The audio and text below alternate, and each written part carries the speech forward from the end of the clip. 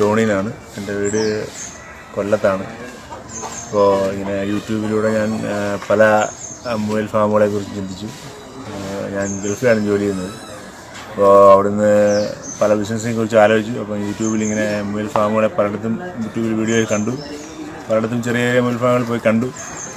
അവിടെ എല്ലാം ആൾക്കാർ പോസിറ്റീവായിട്ടുള്ള കാര്യങ്ങളായിരുന്നു പറയുന്നത്. പക്ഷേ ആശാനിൽ വന്നപ്പോൾ വ്യത്യസ്തമായി അതിൻ്റെ നെഗറ്റീവ്സും കാര്യങ്ങളും എന്താണ്, നമുക്ക് അതിൻ്റെ പ്രശ്നങ്ങൾ പ്രോബ്ലംസ് ഉണ്ടാകുന്നതാണ് കൂടുതലും പറഞ്ഞു തന്നത്. പിന്നെ ഇത് ചെയ്യണ്ട, നിങ്ങൾ ഇത് പെട്ടെന്നെടുത്ത് ചെയ്യാൻ പറ്റുന്നൊരു സാധനമല്ല എന്ന് പറഞ്ഞ് നമ്മളെ കുറേ അധികം നമ്മളെ മനസ്സിലാക്കിച്ചു.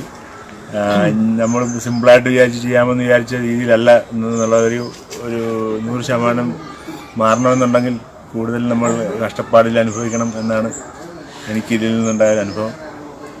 സാറ് നമുക്ക് നല്ല വൃത്തിയായി അത് മനസ്സിലാക്കി തരും. വന്നാൽ ഉടനെ നമുക്ക് എല്ലാം പെട്ടെന്ന്